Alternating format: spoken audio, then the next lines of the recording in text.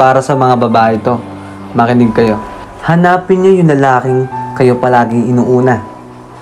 Yung kayo yung priority. Yung lalaking hindi ka mumurahin o pagsalitaan na masakit kahit na galit na siya. Find a man na kaya kang samahan na kahit na nasa mahirap ka ng party ng buhay mo. Ang lalaking walang pakialam kung anong estado ng buhay mo. Ang lalaking hindi kagapuhan tulad ko pero may peace of mind siya kapag nakakasama mo siya. At higit sa lahat, rerespetuhin ka.